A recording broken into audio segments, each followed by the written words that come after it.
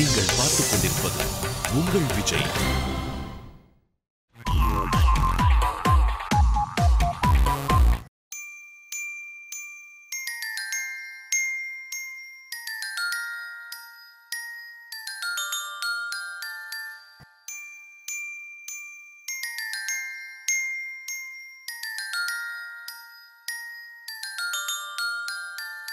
சைவம் இது என்னமோ ஒரு இனத்தை பற்றியோ ஒரு மதத்தை பற்றியோ பேசுகிற விஷயம் கிடையாது.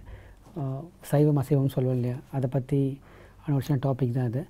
இந்த படத்துக்கு ஏன் சைவம் டைட்டில் வச்சோம் அப்படின்னா, அது படம் பார்க்கும்போது உங்களுக்கு புரியும். பிகாஸ் என்னென்னா சைவத்துக்கும் இந்த படத்துக்கும் சின்ன கனெக்ஷன் இருக்குது. அதனால தான் படம் சைவம்னு வச்சுருக்கோம். இது வந்து என்னுடைய உண்மையாக சொல்லப்போனால் இது ரொம்ப என் மனசுக்கு நெருக்கமான ஒரு படம்னு சொல்லுவேன். ஏன்னா ரொம்ப நாள் கழித்து ஒரு படத்தை ஆரம்பித்து முடிகிற வரைக்கும் முழு ஷெடியூலும் அங்கேயே இருந்து பண்ணது வந்து ரொம்ப நாளைக்கு அப்புறம் இதுதான்.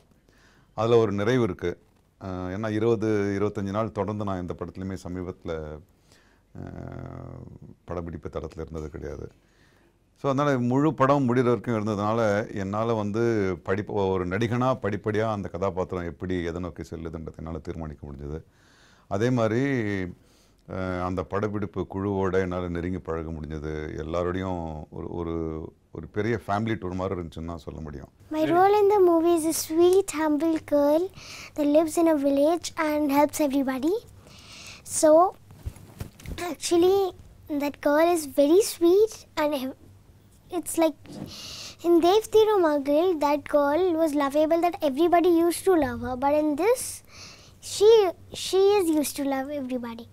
So it's better than Dev Thirumagal, and I'm very nice girl, and I'm in a very big problem. So everybody helps me. It's going to be a very nice story, and it's actually a very nice story, and it's like you should watch it. It's my humble request to you to watch it, and you will enjoy it. Yaar hero? பாப்பா எங்கடி? என்னது சேவல் பேரு பாப்பாவா? சேவல் தான் ஹீரோனா, அப்ப heroine யாரு?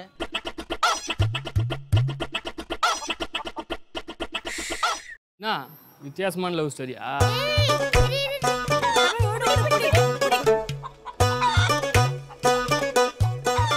நம்ம லைஃப்பில் சில விஷயங்களை மறந்துருப்போம், தொடச்சிருப்போம். அதை ஞாபகப்படுத்தக்கூடிய ஒரு படமாக இந்த படம் இருக்கும். ஒரு நல்ல எக்ஸ்பீரியன்ஸாக இருக்கும் படம் பார்க்குறவங்களுக்கு. ஏன்னா இந்த தலைமுறையில் நிறைய பேர் வந்து தாத்தா வீட்டுக்கு போகிறது என்ன, பாட்டி வீட்டுக்கு போகிறதுனா என்ன, அண்டு ஒரு ஊர் திருவிழானா எப்படி இருக்கும், அதெல்லாம் சில பேர் மறந்துருப்பாங்க. கண்டிப்பாக போய்கிட்ட எல்லாம் மறந்துருப்பாங்க. ஸோ அவங்களுக்கெல்லாம் இந்த ஒரு 4-5 டேஸில் ஒரு குடும்பம் ஒன்று சேர்ந்து அந்த திருவிழானா எப்படி இருக்கும், அந்த ஊரில் அவங்க லைஃப் ஸ்டைல், கல்ச்சர், அது மட்டும் இல்லாமல் அங்கே என்ன நடக்குது, என்ன மெயினாக அந்த குடும்பத்துக்குள்ள என்ன பிரச்சனை வருது, அதுலேருந்து எப்படி வெளில வராங்கன்றது தான் அந்த படத்தோட மெயின் கதைக்கரு. முக்கியமான விஷயம் வந்து இதில் நான் அந்த குழந்தை சாராவை தவிர மற்றவங்க எல்லாருமே சினிமாவுக்கு வந்து ரொம்ப புதுசு, ரொம்ப ஃப்ரெஷ். எனக்கும் தயக்கமாக இருந்துச்சு கிளம்பி போகிறதுக்கு முன்னால் அவருக்கு எப்படி அவங்களோட பல படங்களில் நான் புது நடிகர்களோடு நடிச்சிருக்கேன். ஆனால் ஒரு முழு படமும் இது மாதிரி நான் பண்ணதில்லை. ஸோ எனக்கும் ஒரு தயக்கம், அவங்க எப்படி ரியாக்ட் பண்ணுவாங்க, இல்லை நான் வந்து தேவையில்லாத ஒரு மன அழுத்தத்தை கொடுத்துருவேனா, அதனால் அவங்க சங்கடப்படுவாங்களா, அதனால் ஒன் மோர் டேக்ஸ் நிறைய போகுமா, அப்படிலாம் எனக்கு கொஞ்சம் இது இருந்துச்சு. ஆனால் இதில் எதுவுமே நடக்கலை. இதுக்கு முக்கிய காரணம் வந்து நான் நினைக்கிறது, இந்த படப்பிடிப்புக்கு போகிறதுக்கு முன்னாடி ஒரு வாரமாக ஒரு தீவிரமான ஒரு பயிற்சி பற்ற நடந்திருக்கு. என்னுடைய நண்பர் சண்முகராஜ் தான் அதை நடத்தியிருக்காரு. ஸோ அந்த ஒரு வார கால பயிற்சி கட்டத்தில் வந்து அவங்க வந்து ஒருத்தர் புரிஞ்சுக்கிட்டு எதுக்காக ஒன்று கூடியிருக்காங்க, என்ன மாதிரி படம் பண்ண போகிறோம், அவங்களுடைய கடமைகள் என்ன அப்படின்றது வந்து ரொம்ப தெளிவாகவே அந்த ஒரு வார பட்டறையில் அவங்க வந்து பேசி தெரிஞ்சுக்கிட்டு இருக்காங்க. அதுதான் உண்மையான பலமாக நான் நினைக்கிறேன். ஸோ அது எனக்கு ஒரு தளத்தை அமைச்சு கொடுத்த மாதிரி இருந்துச்சு. அப்போ நான் போகும்போது எல்லாருமே அவங்கவுங்க ரெஸ்பான்சிபிலிட்டிஸ் என்னென்னு அவங்களுக்கும் தெரிஞ்சிருந்துச்சு. என்கிட்டேருந்து ஒன்றும் எதிர்பார்க்கல. மேபி ஒரு சீனியர் நடிகராக இருக்கனால அவர் இப்படி நடிக்க சொல்லுவார், அப்படி நடிக்க சொல்லிடுவார் அப்படின்னு அவங்க நினச்சிருக்கலாம். பட் நான் அதை பண்ணதே இல்லை. ஏன்னா நான் வந்து புது நடிகராக இருக்கும்போது நான் அதை எதிர்பார்க்குறதுனால அது நல்லதும் கிடையாது. ஒரு மூத்த நடிகர்கிட்ட இருந்து ஒரு விஷயத்தை எதிர்பார்க்குறது. We had the opportunity. Nassar sir கூட மாதிரி ஒரு சூப்பர் வெட்டரன் ஆக்டர் கூட ஒர்க் பண்ணுற சான்ஸ் கிடச்சதுக்கு I feel very honoured and blessed. Being working with him நிறைய எங்களுக்கு கற்றுக்க முடிஞ்சுது. அவரோட the way he carried himself, எப்படியெல்லாம் ஆக்டிங்கில் எப்படி கற்றுக்கணுமோ எல்லாம் அவர்கிட்ட கற்றுக்க முடிஞ்சுது. ஒர்க் பண்ணுறப்போ நாசர் சார் ரொம்ப எங்களுக்கு கம்ஃபர்ட் கொடுத்தாரு. ஏன்னா அவர் ஒரு சீனியர் ஆர்டிஸ்ட், அவர் கூட ஒர்க் பண்ணுறோன்னா ஒரு அந்த இது இல்லாமல் ஒரு சகஜமாக எங்கள் கூட மூவ் பண்ணதெல்லாம் எங்களால் கொஞ்சம் நல்லா ஃப்ரீயாக நடிக்க முடிஞ்சுது. சைவம் படத்தில் நான் நாசர் சாருடைய சம்மந்தியாக நடிச்சிருக்கேன். இந்த படத்தில் நடித்தது ரொம்ப சந்தோஷமும் பெருமையாகவும் இருக்குது. ஒரு ஃபேமிலியாகவே இருந்தது, எங்களுக்கு ரொம்ப சந்தோஷமாக இருந்தது. நாசர் சார் கூட ஒர்க் பண்ண ஆப்பர்ச்சுனிட்டி எனக்கு ரொம்ப ஒரு பயங்கரமான ஒரு எக்ஸ்பீரியன்ஸாக இருந்தது. சார் அப்பப்போ ஷூட்டு இல்லாதப்போல்லாம் எங்கள் கூட வந்து பேசிகிட்டு இருப்பாங்க, ஒரு அட்வைசஸ் கொடுத்துட்ருப்பாங்க. ஸோ அதெல்லாம் ரொம்ப ஒரு லேர்னிங் எக்ஸ்பீரியன்ஸாக இருந்தது. படத்தில் ஏதாவது தெரிஞ்ச முடிஞ்ச ஏதாவது இருக்கா?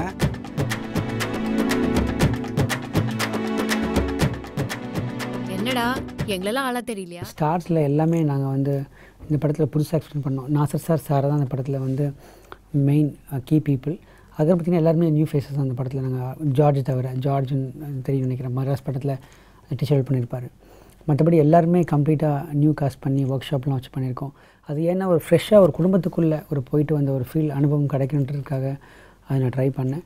அது கண்டிப்பாக உங்களுக்கு படம் பார்க்கும்போது புரியும் ஏன் அதெல்லாம் பண்ணியிருக்கோன்னு. இந்த படத்தில் நாங்கள் செலக்ட் ஆன போது நாசர் சாரோட பையனாக நான் நடிக்கணும் அப்படின்னு நினைக்கும் போது ரொம்ப பயமாக இருந்துச்சு.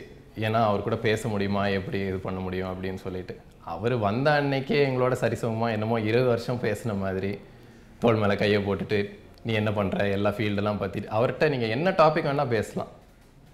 நான் ஆர்கிடெக்ட்னு சொன்னேன், உடனே ஆர்கிடெக்சர் பற்றி அவர் ஃபுல்லாக இருக்கிற பெஸ்ட் ஆர்கிடெக்ட்ஸ் பற்றியும் அந்த இப்போ இன்றைக்கி இந்தியாவில் இருக்கிற ஆர்கிடெக்சரில் உள்ள பிரச்சனைகளை பற்றியும் எல்லாத்தையும் பற்றியுமே பேசுகிறார். அவருக்கு வந்து எந்த சப்ஜெக்ட்னாலும் எல்லாத்துலேயுமே நாலேஜ் உண்டு. அப்படிப்பட்ட ஒரு ஜீனியஸோடு நாங்கள் நடிச்சிருக்கோம். அவ்வளோ கம்ஃபர்டபுளாக எங்களோட சேர்ந்து பழகிட்டு எங்களுக்கு வந்து அது நடிக்கிற மாதிரியே தெரியல. ரொம்ப ஹார்ட் ஒர்க் பண்ணியிருக்கோம். ஆனால் அந்த ஹார்ட் ஒர்க்கை வந்து மேக்ஸிமம் என்ஜாய்மெண்ட்டோடு பண்ணியிருக்கோம். நீங்கள் அந்த படத்தை பார்க்கும்போது நீங்களே தெரிஞ்சுப்பீங்க. நாசர் சாரோட நடிக்கிறதுங்கிறது வந்து பெரிய விஷயம். ஆனால் அதெல்லாம் பெரிய விஷயம் இல்லை. நீங்கள் எல்லாமே நடிக்கலாம், ஒரிஜினலாக நடிங்க, எந்த ஒரு ஆர்டிஃபிஷியல்னஸும் வேண்டாம். ஈவன் ட்ரெஸ்லேருந்து மேக்கப்லேருந்து எல்லாத்துலேருந்து ஒரு ஒரிஜினாலிட்டி இருந்தது. எல்லாருமே ஒரு ஃபேமிலியாக இருந்தோம், எல்லாருமே ஒரு ஃபேமிலியாக பழகிறோம், இப்போ வரைக்கும் ஃபேமிலியாக இருக்கும். ஸோ உங்களுக்கு நிச்சயம் இந்த படத்தை ஏன் பார்க்கணுன்னு நல்லா தெரிஞ்சிருக்கும். இந்த படத்தை நீங்கள் பார்த்தீங்கன்னா உங்களுக்கு ஒரு மனசில் அமைதி, சந்தோஷம் எல்லாமே இருக்கும். நாசர் சார் கூட நடிக்கணும் அப்படின்னும் போது அது ஒரு கனவுன்னு சொல்லணும். ஏன்னா நாசர் சாரை இதுக்கு முன்னாடி என்னுடைய பையன் இதே ரெட் ஜெயின் ஃபிலிம்ஸில் அவன் வந்து நாசர் சாருக்கு பையனாக நடிச்சிருக்கான் என்றென்றும் புன்னகைன்ற படத்தில். அப்போ நான் அவரை தள்ளி நிறுத்தி பார்த்துருக்கேன். இன்றைக்கி அவர் கூடவே இருந்து அவருக்கு மகனாக நான் அந்த படத்தில் நடிக்க போகிறேன் இந்த சைவம் படத்தில்ன்னு சொல்லும்போது எனக்கு ரொம்ப சந்தோஷமாக இருந்தது. அவர் வந்து ஒரு நடிப்பின் இமயம். அவர் பக்கத்தில் இருந்து அவருடைய நடிப்பை அப்படியே வாங்கிக்கிட்டு அவருடைய பாணியிலேயே நடிக்கணும்னு கூட முயற்சி பண்ணேன். டைரக்டர் சார் கூட பார்த்துட்டு கேட்டாங்க, இது அப்பா மாதிரியே பையன் நடிக்க பார்க்குறீங்க, நல்லா தான் இருக்குன்னாங்க. அவருடைய மகன் லுத்புதீன் பாஷா எனக்கு மகனாக இந்த படத்தில் நடிச்சிருக்காரு. அதனால் நாசர் சார் நான் ரொம்ப ரொம்ப நன்றி சார். நீங்கள் நிறைய நுட்பங்களை எங்களுக்கு சொல்லி கொடுத்தீங்க. உங்களுக்கு எங்களுக்கும் உறவில் வந்து எவ்வளோ இடைவெளியே இல்லாதபடி எங்களுக்கு அந்த இடத்துல ரொம்ப ஒத்துமையாக இருந்து எங்களுக்கு நீங்கள் ஒரு பெரிய ஆக்டர்ன்ற மாதிரியே காமிக்காமல் எங்களுக்குள்ளே சகஜமாக இருந்தீங்க. அதுக்கோசம் நான் உங்களுக்கு எப்போவுமே நன்றி சொல்ல கடமைப்பட்டிருக்கேன் சார். ஒரு மிகப்பெரிய கேரக்டர் நாசர் சார் ஒய்ஃபாக சைவம் படத்தில் பண்ணியிருக்கேன். அவ்வளோ பெரிய நடிகரோட எந்த விதமான ஒரு அனுபவமும் இல்லாத என்னால் எப்படி ஒரு ஈக்குவலாக நடிக்க முடியுங்கிற தயக்கம் இருந்தது, பயம் இருந்தது. ஆனால் சார் வந்து அதை பாதர் பண்ணவே இல்லை. அவர் கொடுத்த அந்த கம்ஃபர்ட் லெவல், அவர் எங்கள் மேலே காமிச்ச அன்பு ரொம்ப ஒரு பியூட்டிஃபுல் எக்ஸ்பீரியன்ஸ் சொல்லலாம். நான் வந்து அவங்க கூட பழகும்போது நான் நடிப்பை பற்றி எதுவுமே பேசலை. ஒவ்வொருத்தர்கிட்ட பேசும்போது அவங்களுக்கு பிடிச்ச விஷயங்கள், அவங்க பண்ணுற சமையல், ஏன்னா அதில் வந்து நிறைய பெண்கள் தான் இருந்தாங்க இந்த படப்பிடிப்பில். ஸோ அவங்களுக்கு பிடிச்ச சமையல் என்ன, அவங்களுக்கு பிடிச்ச மற்ற விஷயங்கள் என்ன, அவங்களுக்கு என்ன குழந்தைங்க என்ன பண்ணுறாங்க, அப்படி தான் நான் நிறைய பேசிகிட்டு இருந்தேன்.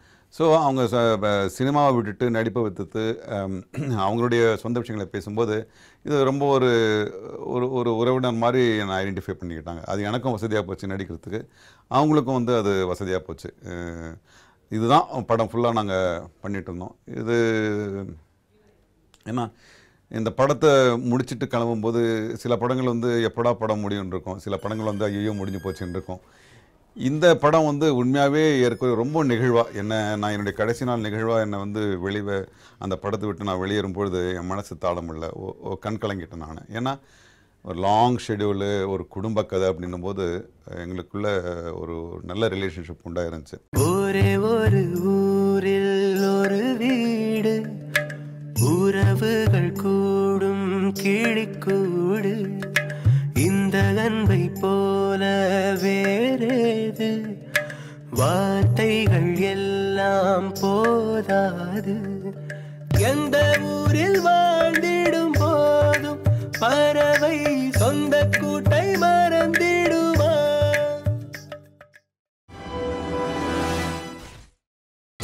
நீங்கள் பார்த்துக் கொண்டிருப்பது உங்கள் விஜய்.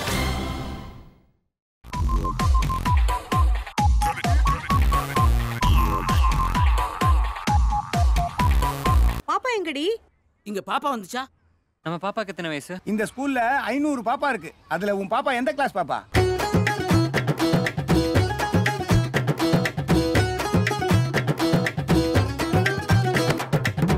இவர் வெத்தலை எடுத்து மை தடவி பார்த்தாருன்னா உலகமே தெரியுமா. அதுல நம்ம பாப்பா தெரியாதா என்ன? என்னது சேவல் பேரு பாப்பாவா?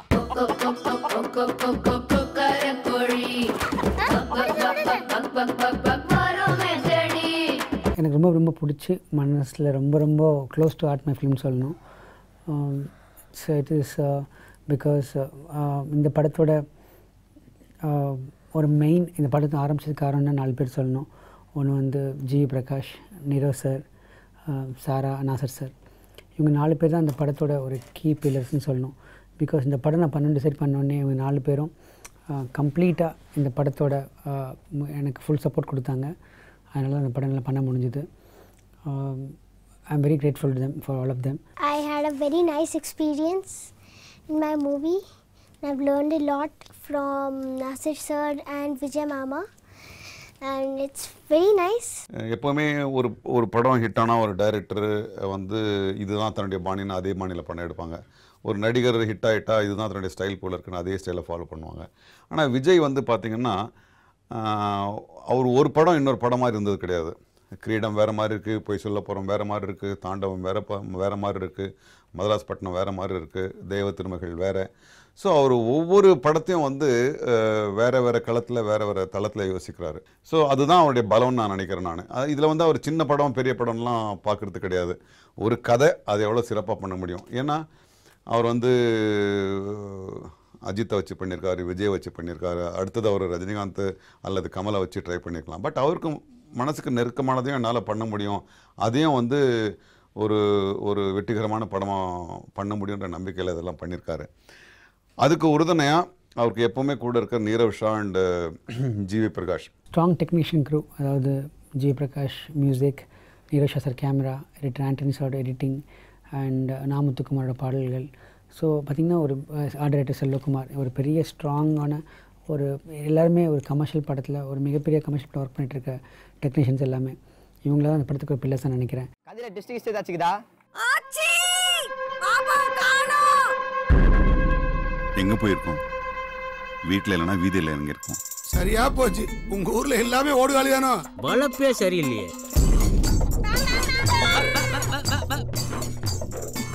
உங்களுக்கு வெத்தலை ஜோசியம் பார்க்கணுமா? கொஞ்சம் இருட்டா இருக்கே. நம்ம சேவலை தேடுறதை விட்டுட்டு கோழியை தேட ஆரம்பிச்சோம்னா பாப்பா ஈஸியாக கிடச்சிரும். People are so dumb here. Correct. Nirav Shah வந்து நாங்கள் எல்லோரும் அவர் சாமின்னு தான் கூப்பிடுவோம். ஏன்னா அவர் அப்படி தான் முடியெல்லாம் வளர்த்துக்கிட்டு தாடியெல்லாம் விட்டுக்கிட்டு இருப்பார். ஆனால் அந்த உருவத்துக்கும் அவர் அடிக்கிற காமெடிக்கும் சம்மந்தமே கிடையாது. அவ்வளோ சீரியஸான விஷயங்களையும் பேசுவார், அதுக்கேற்ற மாதிரி எங்களோட ஜாலியாகவும் இருப்பார். இந்த படத்துக்குன்னே பிரத்யேகமாக அவர் வந்து நல்ல ஒரு விஷுவல் பேட்டர்னை க்ரியேட் பண்ணியிருக்காரு. அது நான் வந்து படம் டப் பண்ணும்போதே பார்த்தேன். நான் படத்தையும் ஏற்கனவே முழு படத்தையும் பார்த்தேன். ஏன்னா அவர் மிகப்பெரிய வசதிகளோட மிகப்பெரிய படங்களும் பிரம்மாண்டமான படங்களையும் பண்ணியிருக்காரு. இந்தமாரி எளிமையாக பண்ணும்போது அதுக்கேற்ற மாதிரி அவர் தன்னுடைய அணுகுமுறையை மாற்றிக்கிட்டு இதில் வேறு மாதிரி ஒரு விஷுவல் பேட்டர்ன் கொடுத்துருக்காரு. ரொம்ப நிச்சயமாக இந்த படத்தில் வந்து அது ரொம்ப பெரிய ப்ளஸ் பாயிண்ட்டாக இருக்கும். இந்த படத்தில் நீரவ் சாரோட கேமரா உண்மையில் மிக அருமையாக இருந்திருக்கு. இந்த சைவம் படத்துக்கு ஒளிப்பதிவாளராக மட்டும் இல்லாமல் அவர் எங்களுக்குள்ளே எல்லாம் ஒரு குழுவினராக இருந்து ரொம்ப குடும்பன்ற வார்த்தைக்கு அதுதான் அர்த்தம். எல்லாருமே நாங்கள் ஒரு பெரிய டெக்னீஷியன் அப்படின்றதுலாம் இல்லாமல் ரொம்ப சகஜமாக பழகிட்டு இருந்தாங்க. இது எல்லாத்தையும் தனித்தனி மலர்களாக நாங்கள் இருந்தால் கூட எங்களெல்லாம் கோத்து மாலையாக்குனவர் எங்கள் டைரக்டர் விஜய் சார் தான். அவருக்கு மிக்க மிக்க நன்றி சொல்லணும். ஆனால் ஃபர்ஸ்ட் டே ஷூட்டிங் அப்போது நீரவ் சார் பார்க்கும்போது எனக்கு ரொம்ப ரொம்ப இன்டிமிடேட்டிங்காக இருந்துச்சு. எனக்கு பயமாக இருந்துச்சு. அவரோட கேமரா ஒர்க்கில் நான் நடிக்கிறது. ஏன்னா நானும் ஒரு என்ன சொல்கிறது, ஒரு புது ஆக்டர், எக்ஸ்பீரியன்ஸே இல்லை. அவ்வளோ பெரிய கேமராமேன் முன்னாடி நான் நடிக்கிறது வந்து எனக்கு ரொம்ப பயமாக இருந்துச்சு. நான் ரொம்ப ஸ்ட்ரிக்ட்டுன்னு நான் ஃபஸ்ட்டு நினச்சிட்டு இருந்தேன். போக போக தான் அவர் வந்து இன்னும் ஒரு 18 வயசு பையன் மாதிரி கலாட்டா பண்ணிக்கிட்டு துருன்னு குறும்பாக இருந்தார். ஒரு குறும்புத்தனத்தோடு இருந்தார். விஜய் சாரை பற்றியும் அந்த டீமை பற்றியும் நான் ஒன்றும் பெருசாக சொல்கிறதுக்கு இல்லை. ஏன்னா அவங்க எல்லாருமே already proven directors, proven cameraman and proven music director. இவங்க எல்லாம் சேர்ந்து GV sir, Nirav sir and Vijay sir சேர்ந்து புதுமுகங்களுக்கு ஒரு வாய்ப்பு கொடுக்கணும்னு சொல்லிட்டு இந்த மாதிரி ஒரு கதையை ரெடி பண்ணி எங்களுக்கு கொடுத்துருக்காங்க. அதேமாதிரி ஜிவி பிரகாஷ் வந்து ஆல்வேஸ் கால் ஹிம் ஒண்டர் பாய். ஏன்னா இந்த கல்லேருந்து நாரை உரிக்கிற மாதிரி என்னை பாட வச்சு கூட முயற்சி பண்ணியிருக்காரு அவர். He does wonders and he understands what a film is about and அதுக்கேற்ற மாதிரி மியூசிக் கொடுக்குறாரு. இதில் ஏற்கனவே இந்த படத்தோட பாடல்கள் வந்து எல்லாரையும் போய் சேர்ந்துருக்கு, எல்லாரும் ரசிக்கிறாங்க. அதில் வந்து அழகே அழகு வந்து உங்களுக்கே தெரியும், எல்லாருக்கும் பிடிச்ச பாட்டாக இருக்குது. ஸோ ஏற்கனவே ஒரு நல்ல அறிமுகமாக இருக்குது இந்த படத்தை பற்றி இசை மூலமாக. இந்த இசை ஏற்படுத்தின ஒரு எதிர்பார்ப்பை படம் நிச்சயமாக ஃபுல்ஃபில் பண்ணணும்னு நினைக்கிறேன். அழகே அழகே எதுவும் அழகே அன்பின் விழியில் எல்லாம் அழகே மழை மட்டுமா அழகு சுடும் வெயில் கூட ஒரு அழகு மலர் மட்டுமா அழகு விழும் இலை கூட ஒரு அழகு. It's a wonderful experience. ஒரு ஹோல் ஜேர்னி ரொம்ப சந்தோஷமாக இருந்தது. ஏன்னா ஒரு படமும் நமக்கு ஒரு அனுபவம் தான். ஸோ இந்த சயம் வந்து எனக்கு ஒரு மிகப்பெரிய அனுபவமாக லைஃப்பில் அமைஞ்சது. Because I met lot of good people, ஆக்டர்ஸாலும் சரி, எல்லாருமே ஒரே இன்டென்ஷன் தான், நல்ல படமாக வரணும் அப்படின்றது தான். இதில் வந்து குறிப்பாக நான் சொல்லணுன்னா நாசர் சார் சொல்லணும். பிகாஸ் இந்த படத்தோட பேக் போன் அவர் தான். படத்தோட ஏன்னா பிகாஸ் நாசர் பற்றி தெரியும், அவரை பற்றி அவர் ஏற்காத வேடங்களே கிடையாது. இந்த படத்தை பொறுத்த வரைக்கும் ரொம்ப ஸ்பெஷல்னு சொல்லணும் அவருக்கு. Because he shaved is head for the film. தலையெல்லாம் ஷேவ் பண்ணி பயங்கரமாக ஒரு லுக்கே மாற்றி ஒர்க் பண்ணியிருக்காங்க. அவரோட நிறைய படங்கள் அஃபெக்ட் ஆகும் தெரிஞ்சு கூட இந்த படத்துக்காக நிறைய சப்போர்ட் பண்ணியிருக்காங்க. இன்றைக்கி வந்து கூட்டு குடும்பன்றது வந்து ஏறக்குறைய இல்லைன்னு ஆயிடுச்சு. கூட்டு குடும்பமாக இருக்கிறதுல பல நல்ல விஷயங்களும் உண்டு, சில தவிர்க்க முடியாத சில கெட்ட விஷயங்களும் இருக்கலாம். ஆனால் இந்த கூட்டு குடும்பன்றது இப்போ இல்லாமையே போச்சு. நான் வந்து ஒரு 2-3 தலைமுறையை முன்னால் இருந்தவன்றதுனால எனக்கு அந்த கூட்டு குடும்பம், நான் அந்த படத்தில் நான் தான் தாத்தாவாக நடிக்கிறேன். எல்லோரும் வேலை நிமித்தமாக அவங்கவுங்க ஒவ்வொரு திசையில் இருக்கும். ஒருத்தர் துபாயில் இருக்கார், ஒரு மெட்ராஸில் இருக்கார், ஒருத்தர் கும்பகோணத்தில் இருக்காருன்னும் போது 3 வருஷத்துக்கு ஒரு நாங்கள் எல்லோரும் கண்டிப்பாக சந்திக்கணும். அந்த குலதெய்வ கோயிலில் வந்து ஒரு திருவிழா கொண்டாடணும், ஒரு மரபை ஏற்படுத்திக்கிட்டு ஒவ்வொரு 3 வருஷமும் நாங்கள் எல்லோரும் மீட் பண்ணுற மாதிரி ஒரு விஷயம். இந்த கதையில் வந்து இந்த தடவை சந்திக்கும்போது எதிர்பாராமல் ஒரு சங்கடம் ஏற்படுது. அந்த சங்கடத்துக்கு என்ன காரணம்னு தேடி ஆராயும் போது அந்த குழந்தை சாரா தான் அது காரணமாக இருக்குது. அந்த குழந்தை ஏன் காரணமாக இருக்குதுன்னு பார்த்தா அதுக்கு பின்னால் ஒரு சேவல் இருக்குது. ஸோ இப்படி போகுது கதை. கதை விடுறீங்க, சேவலை காணன்றதெல்லாம் ஒரு பிரச்சனையா? யார் நீங்க? எங்க சேவல்? அநியாயமா எங்க கோழி அடிச்சு இப்படி குழம்பு வச்சிருக்கீங்க. என்ன பைத்தியமா? புடியா முதல்ல. போயா முதல்ல. சரியா சொல்ல.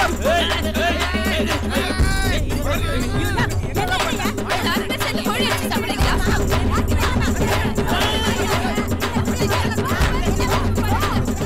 இவ்வளோ 4 குடும்பம் வரதுனால அதில் வந்து 2 வயசு விடலை பசங்க இருப்பாங்க, அவங்களுக்குள்ள காதலும் ஏற்படுது. அப்புறம் பித்துக்குழி மாதிரி 2 பசங்களும் இருக்காங்க. அதில் ஒரு பையன் ரொம்ப அதிபுத்திசாலியாக இருக்கான்.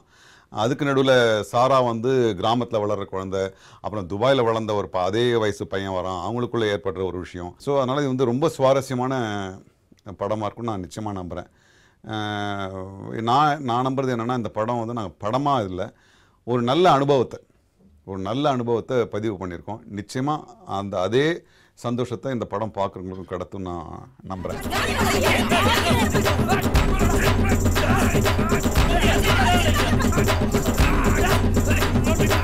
யார் பண்ண வேலை இது?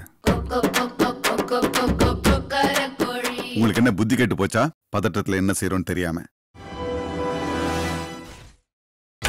நீங்கள் பார்த்துக் கொண்டிருப்பது உங்கள் விஜய்.